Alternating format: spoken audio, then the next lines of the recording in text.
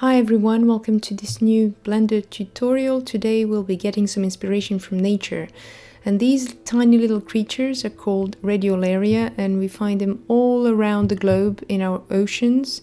And they have these really interesting and intricate skeletons, and I just wanted to try and make them in geometry nodes. So we will start with our default cube, hit new in the geometry nodes panel, rename the cube into something explicit like geometry node tree object. And how we're going to do this is that we will be creating 3 parts, so the internal organs, and then the volume that will hold those organs inside of it, and then the exoskeleton. So disconnect the cube, and we will already add this join geometry node into which we will be connecting the first part, the second part, and the third part. So for the first part, we can start with the mesh line. So Shift A, mesh line. And here we have it in our viewport. And it has 10 vertices, so we can just select, put the count to as many as we wish. So I'll go with 5, because that will be basically the axis for the vertical axis for our organs. And then I will just put it so that its origin point is in the middle of it. And instead of actually having offset selected under the mesh line node, we just need to click on endpoints, and now we have the origin point bang in the middle of it.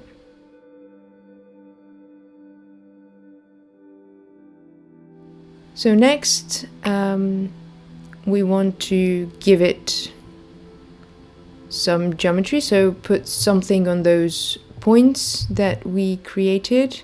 So go ahead and add an instance on points node, and then we'll be instancing something on those 5 points of the mesh line, and we will go actually with a star curve. And now we have 5 stars, 1 on each point of our mesh line. So next, what we're going to do is just play with those parameters as well to alter the look of our stars. So we can increase the number of points, so the number of vertices, and then as well play with the inner radius and the outer radius and the twist as well. So if we make the inner radius smaller, we get something like this. And then if we add some twist to it, this is what it looks like. I'm gonna go with something a bit low, just very subtle for now. But of course, given that this is totally procedural, you can go back, alter parameters, see what you get, tweak it. It's really easy to go back and just alter if you find something that doesn't work anymore in how you want it to look.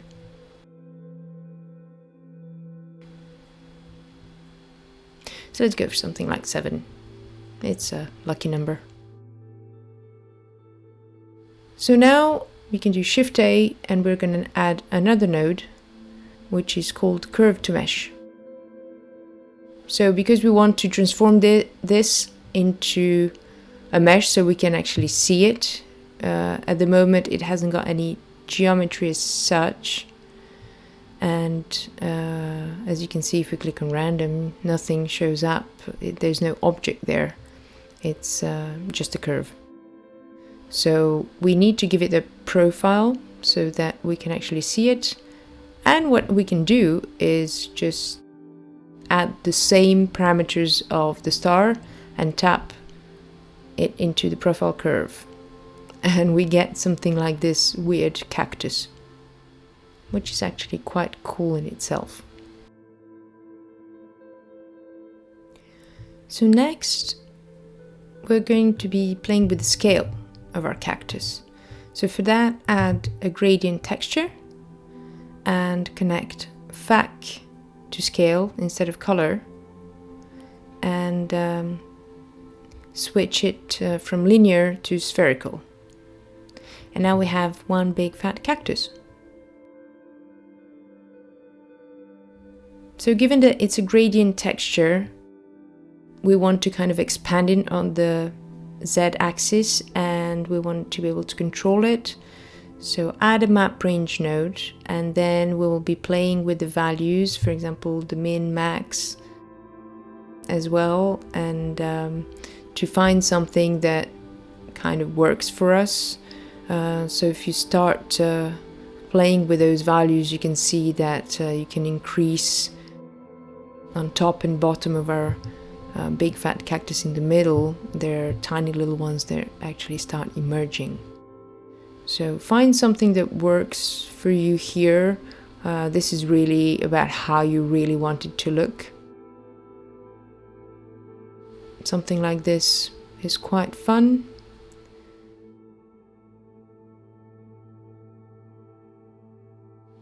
Just take your time and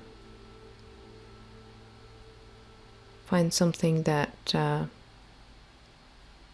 is really interesting to you.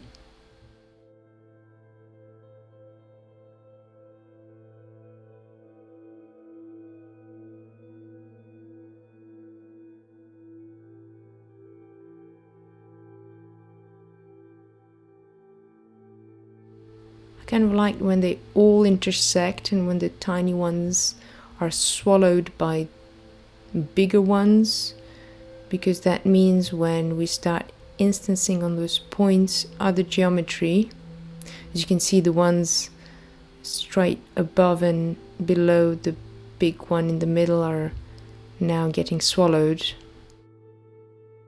So it means that once we start instancing on those points, you will have structures inside structures. So to me that's quite interesting. Even if we don't see it just yet, we will see it in a minute, and you'll understand better what I'm trying to say here.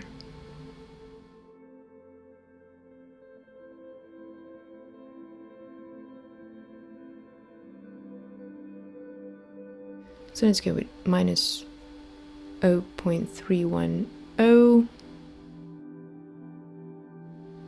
But it's really up to you. But this is something that works for me. So I'm just gonna arrange those nodes together. And we can actually start experimenting as well with maybe different curve primitives. So if you go for a spiral and put it into the profile curve, you can see something completely different emerging from this gradient scale setup.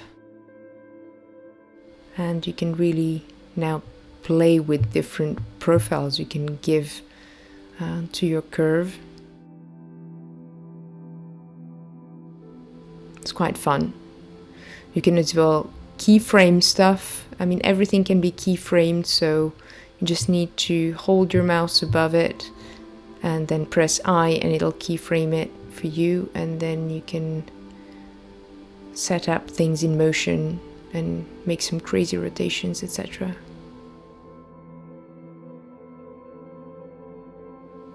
So this is quite fun. You could add another curve primitive, for example, just a plain circle. Let's see what that does. So you can just crank up the resolution and play with the radius.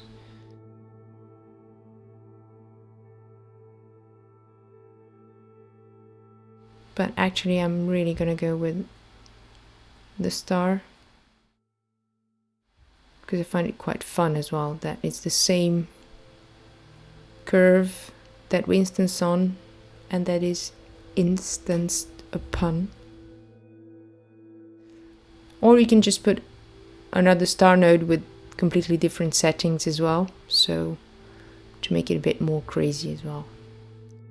So really have fun with this and come up with something that you find cool.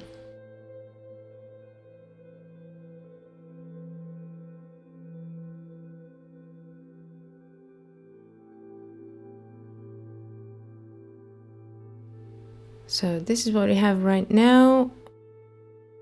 You have quite a few options here, so find something that works. Next, we need to make a bit more room for the new set of nodes, and what we're going to do is add another instance on points node. And then just plug it in there, make some more room, and then as an instance we'll be adding an icosphere. So I'm not going to drag it from here because otherwise it might make my computer lag, so I'll just click Shift A, put it there, set the radius already into something really small, and then plug it into instance. And now we have this amazing structure with tiny little icospheres instanced on each point of our stars. It is really cool, and you can really go close and look at it from really close, and I find it quite beautiful.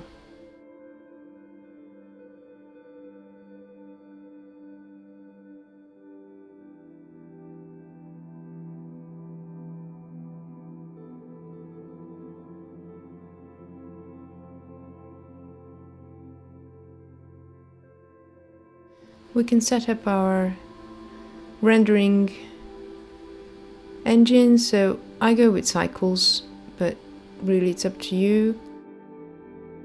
I put the max samples something really low because I haven't got the best of computers, so this is kind of enough for me for the viewport, and I have time for rendering, so that's okay.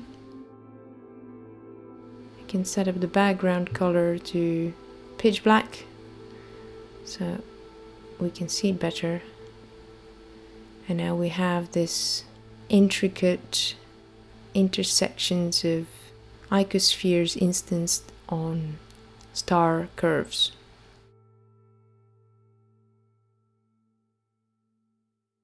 And if we put the spiral in, this is what we get.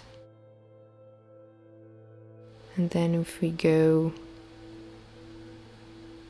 a bit closer, this is what it looks like.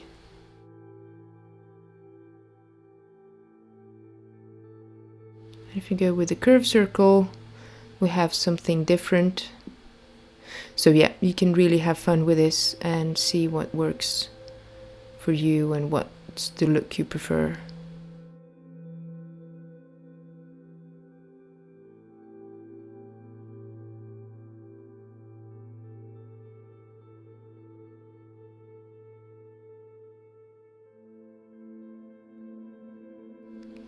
Actually, this is quite nice to have this inner kind of set of circles. So this is really fun. I like this a lot.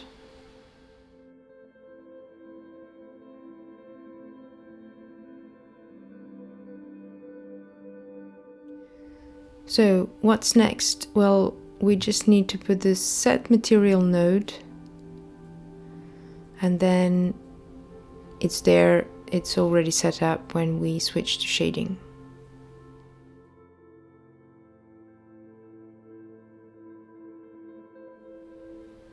In the viewport, I actually like enabling cavity because it helps seeing the edges and the cavities, and it makes it much more legible in a way, readable if you like. You could also extrude those little icospheres if you wish, and we can just set it up first so it doesn't make Blender crash.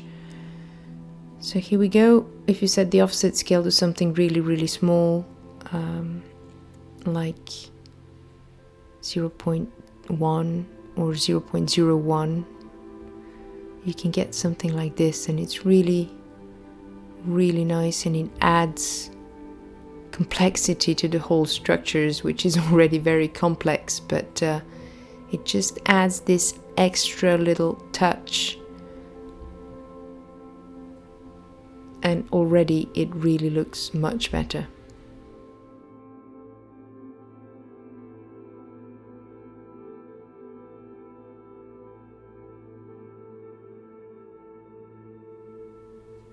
And this is what it looks like in rendered view.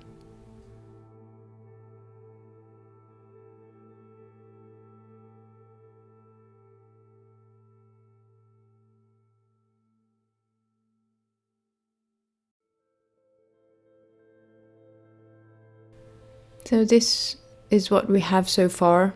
So we finished with our little internal structure of our little microscopic creature. We started with a mesh line, and then we instanced a star curve on the mesh line points, and then on those stars we instanced little icospheres and then extruded the faces of the icosphere.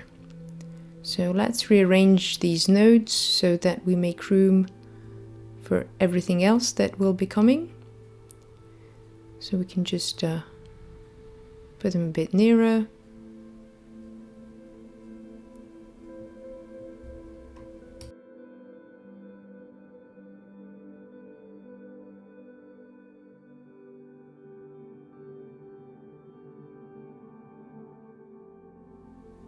And actually here, why don't we use the gradient scale with a map range for the scale of our icospheres? That could be actually quite cool.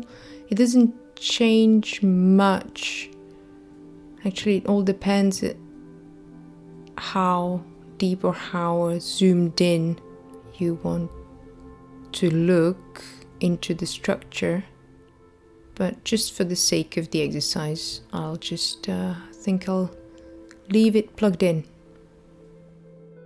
So now let's just organize these nodes and move them closer to each other.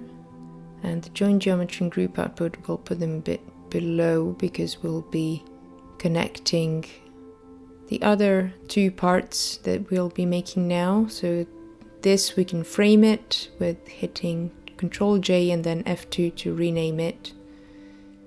And now we are going to make the inner volume, and this is a kind of a sphere, volume sphere that will encompass this inner structure we've just created.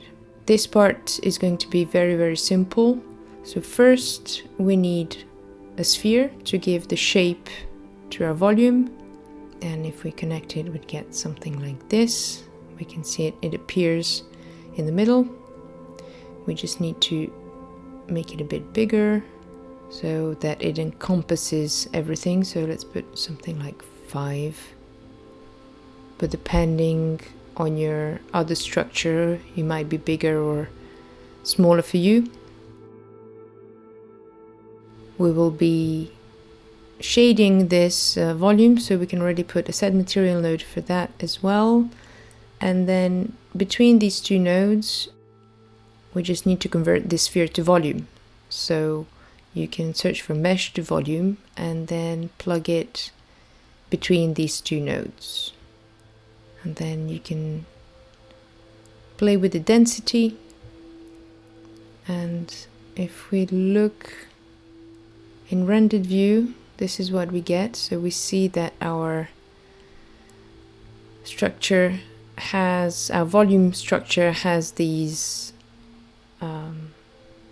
steps there, and that's the voxel amount. We can just crank it up to something like 128, just double the number, and this is what we get. And we can see our inner structure inside that volume. So this is all for this inner volume part, so the second part, and we can frame it and rename it as well to inner volume sphere. And now we can go to the third part, which is the most intricate part. It's creating the exoskeleton. So we'll be making the skeleton and those spikes that you can see here. If we take the reference image again, it has those little spikes that protrude from this kind of wireframe, Voronoi looking structure. So let's start with the icosphere, which has the good geometry for that, because it has this kind of triangular faces, and we just plug it into the joint geometry so we can see it first. But here it's actually quite small because it appears at the origin point. Maybe we can save this in the meantime, because I haven't saved this file yet. The icosphere has a 1 meter radius, so we're gonna add a set material node, but don't do it like me. Don't actually try to duplicate one that's already framed, because then it'll just expand the frame. Instead, add a new set material node and plug it in between the joint geometry and your icosphere. So we have the end node there and the start node with the icosphere. We're going to increase the radius to something like 6. Basically just increase it a bit bigger than the size of your volume sphere, so that once we subdivide it, it encompasses it all. Here we can see the volume is showing actually on the sides, but if we increase the subdivisions to like something like 4, then it turns into a sphere. And we'll add the dual mesh node to turn it actually into a honeycomb structure. And this is quite cool, because those honeycomb faces now, we're going to play with them to randomize them a bit, and then ultimately to poke holes inside of them and to extrude some of them as well to get those spikes that we saw on the exoskeleton. So search for the extrude mesh node and plug it after the dual mesh.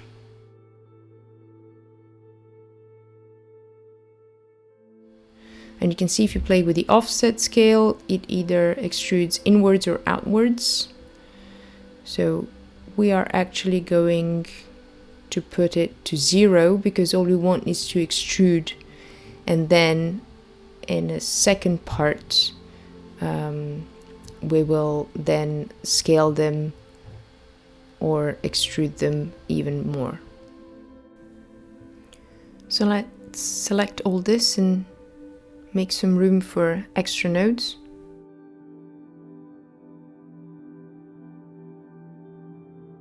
You can search for scale elements node and plug it after the extrude mesh, and then select the top on the extrude mesh and then plug it into the selection. So it means that it'll just take the top faces, not the side faces of the extrusion, and we will then scale those elements accordingly. And we will need as well a delete geometry node, and we don't want to delete all of it. We want to delete those top faces we extruded and then scaled. So we get this kind of a wireframe look, and if we play with the scale elements, nothing is happening.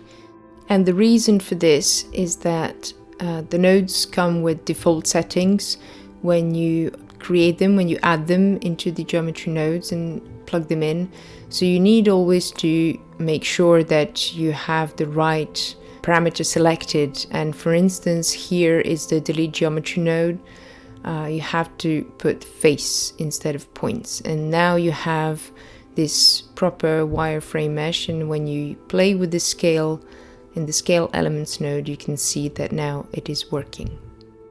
So what it basically did is that we extruded the top faces, then we scaled them down, and then we deleted them. So we're gonna go for something like this. And the next part is that we will be trying to randomize it a little bit so that we get this more of a organic kind of look and feel. And so that will be kind of the next part. But for now, we just need to organize this so it remains readable. So for the next part, we will be adding stuff before our dual mesh node. So I like to add a set position node just in case I end up using it and want to play with the position and the offset. So I tend to place it even if I don't use it, but we will add the merge by distance node. And then from the selection socket, you can drag it out and type in for noise texture. And we will be playing with the merge by distance in terms of distance here to make it be affected by the noise texture so that it scales and merges those vertices as per the parameters of the noise texture. So this is something we get which kind of works. We don't want to have big holes in it. So let's see what we get when we play with the noise texture.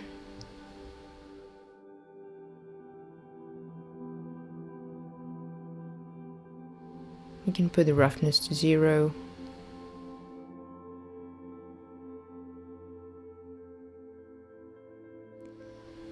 You can add a compare node and set it to float and greater than. It comes per default as such.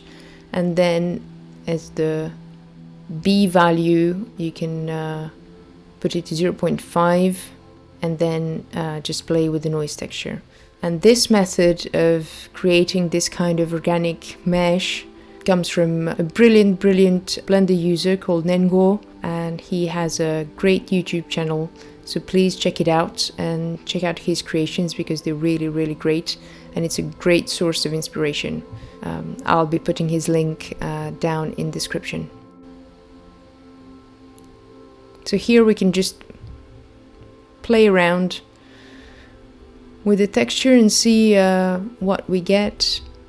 The main thing is not to get big holes where, like this one, where you can see floating edges and faces. You really want to kind of make them connect again. So find a parameter that works. So here, this kind of works, even if some look quite big, but it's okay.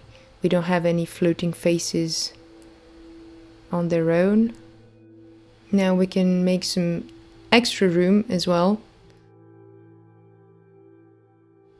And we can just duplicate the merge by distance, and we're going to do it again. This time with kind of the same set of nodes, but with slightly different parameters. So we can use the same settings for the noise texture, but then play with the compare node and the merge by distance node as well to make it maybe a bit more interesting.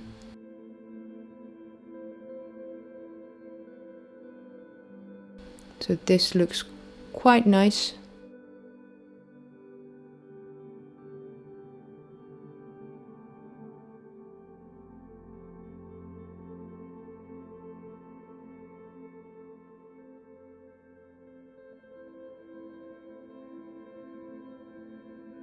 And now we just need to make some more room for a new set of nodes.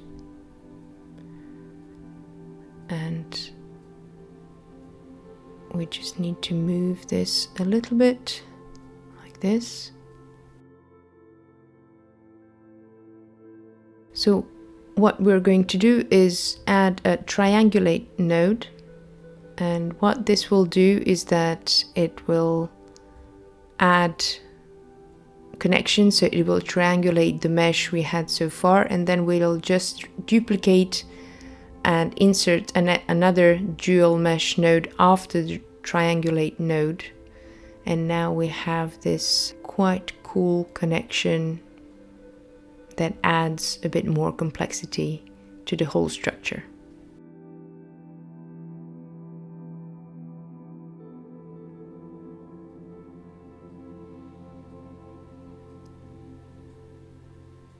Can just reorganize our nodes a little bit.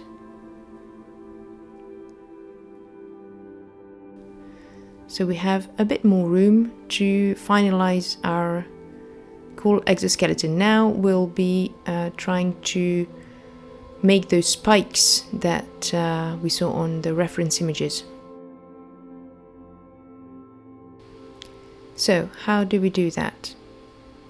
So after our delete geometry node and before our set material node, we will extrude again. So look for extrude mesh node and plug it in. Put the offset to something like 0.1. Now you can see that all those faces are slightly raised, and you can see they have this offset scale applied to them.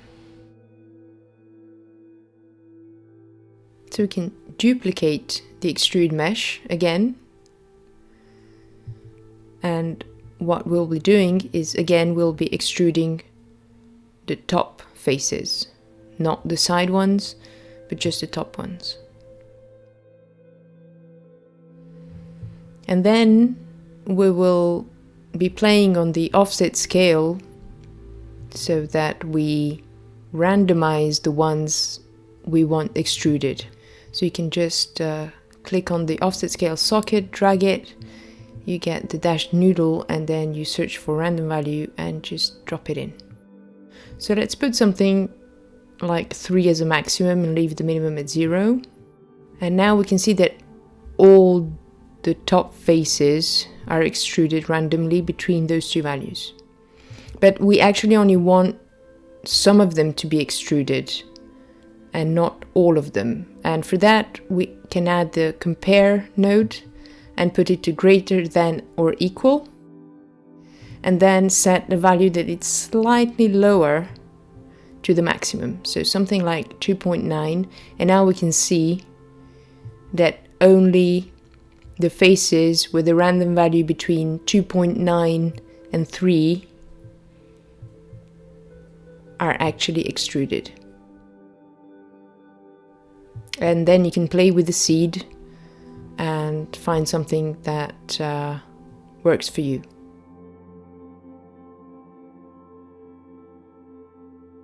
And you can add another math node and put it to multiply if you really want to play with the height or with the length, if you like, of those spikes.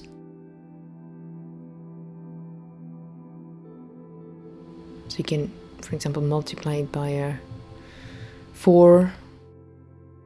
Here it looks okay to me.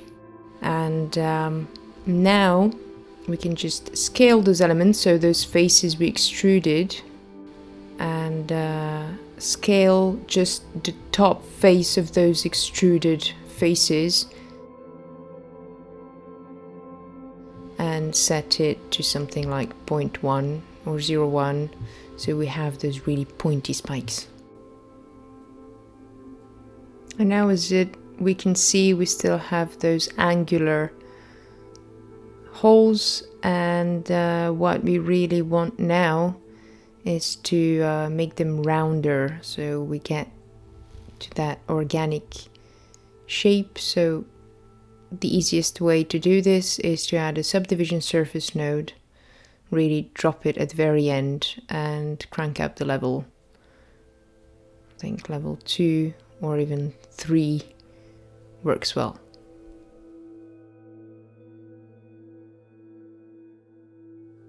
and this is what we get. So we can just add another node to finish it, which is the set shade smooth node, and so it smooths everything in the render view. With all this geometry, my computer is starting slowly to lag a little bit, so I'm really sorry for that. And this is the rendered view in cycles. It is quite cool because we have those ridges here that look a bit like a bony structure. But if you really do not want that structure to show, because those are those 0.1 extrude faces and the extrude mesh node, and we can just take the individual off, and then you get this smooth surface. So it's really up to your preference to see what works for you. The bony structure is quite cool, but this one looks nice as well, so it's maybe closer to those photos of those microscopic creatures, but then again, just be creative and create something new and test stuff. So this is absolutely fine if you want to keep it. So this is it for the structure. We can just now organize our nodes and frame them and rename the whole group into something explicit. So this is the whole thing, Control J and then F2, and we can call this outer shell. So the things that are left to do is basically just to shade this bad boy. In the material side panel, you can already create the materials and just add 3 of them. 1 for the organs, so the inner structure, 1 for the volume, and then 1 for the outer shell. And you can just create them there, and then we will be assigning them in the geometry nodes, and then switch to the shader panel and the shader view and create something nice by tweaking all the parameters. So here I'm just assigning those materials we just created in the material side panel. So we have the internal organs material for the inner structure, and then we have the volume, 1 for the volume, and the outer shell, 1 for the outer shell.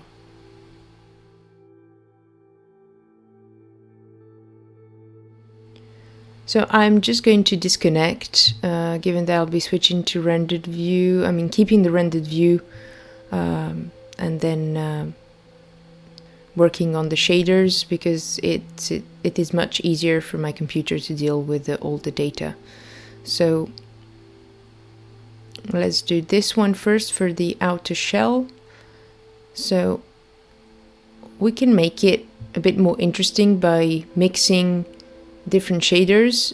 For example, you can mix the glass shader with the principle that comes per default, and then setting different colors and playing with the roughness, and when you actually crank up the factor from one shader to the other, then one shader takes over the other, and here we get this kind of glass transparency, which is quite interesting.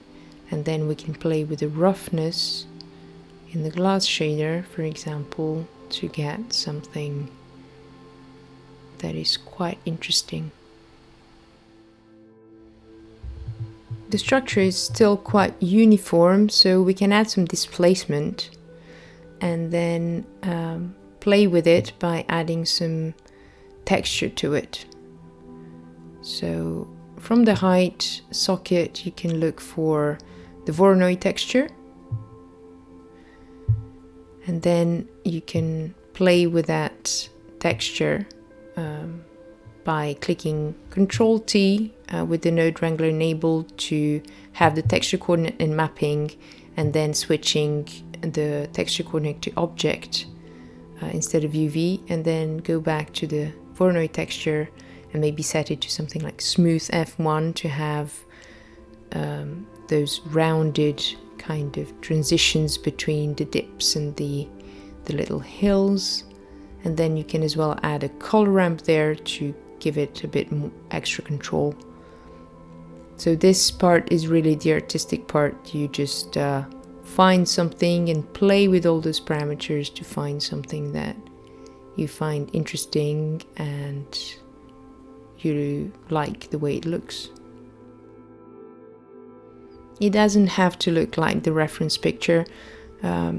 Really, for me, it's always a starting point, and then I start working with the nodes, etc. And then it takes me maybe to places that I didn't expect initially, and then I go even further apart from those first references that I use for really inspiration. So this kind of looks cool to me, but you can just go for the clean white look that actually looks really much more like those little creatures in nature with their silica exoskeletons. So yeah, really have fun here.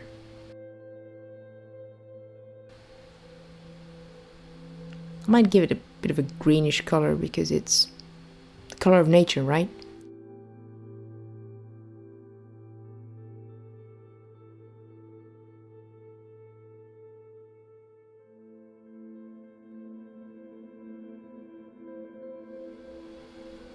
Okay, let's go back to the geometry nodes and then unplug the shell and plug in the inner volume sphere. And of course we can't see anything. And this is because of the material that is set up, because per default as material you get principled BSDF, but what we really want is volume shader, and here it's plugged into the surface. So delete that one and let's start over and plug in the principled volume. So here we should be able to see something, but I actually can't see anything. So let's check that is the right one that's selected. Looks like it is. So it should be showing something, but it isn't. Let's see if I add some more nodes, maybe something will show up.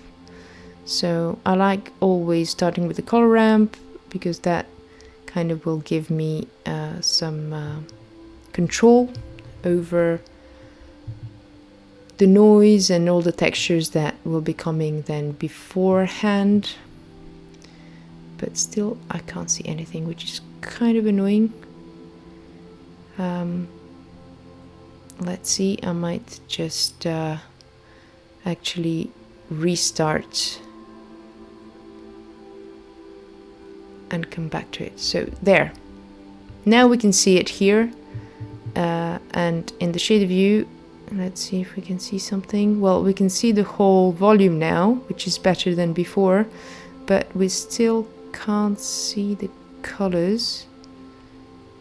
And I don't understand why this is not being affected by the color ramp. Okay. So let's pick a color that we would like it to be. It's still not working. So let's have a look. We're in cycle, so that's okay. So the render engine is correct. The density is okay. We're seeing something, but we don't see the colors. So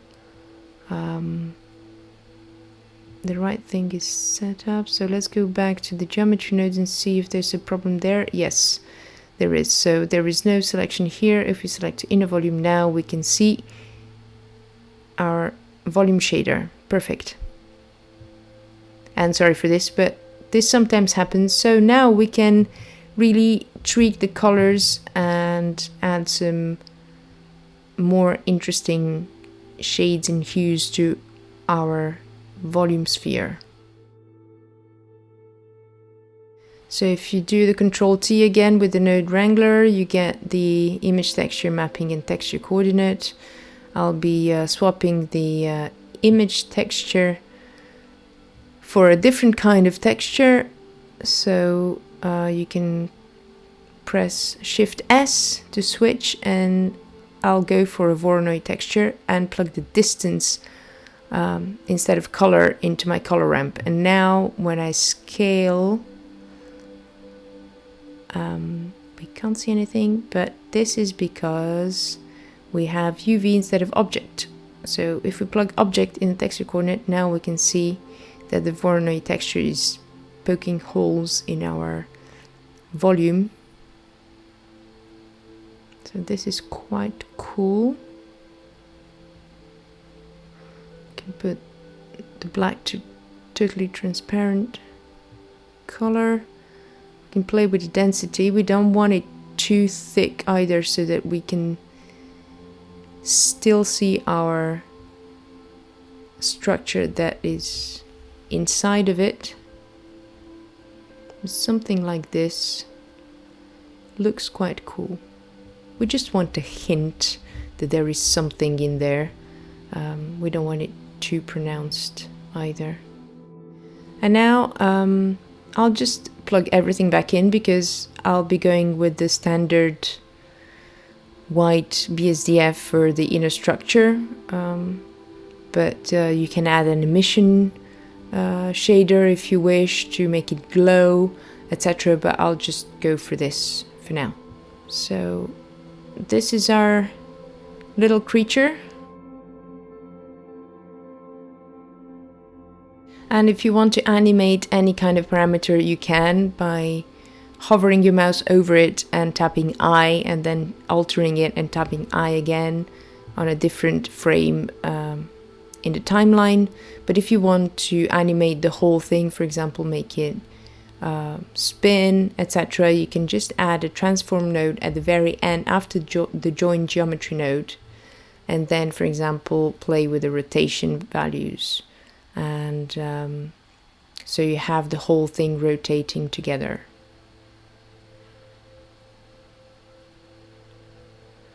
And my computer is really having trouble computing everything here, but as you can see, it's rotating.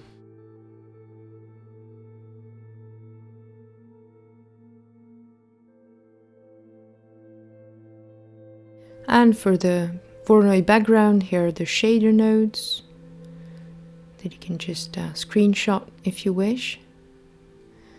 And then here are the geometry nodes for the inner organs. So the first structure we made, the volume sphere in the middle, and the outer shell at the end. I hope you had fun doing this tutorial. I certainly did. So thank you for watching, thank you for subscribing, and thank you for viewing. If you're new to my channel, it's really appreciated.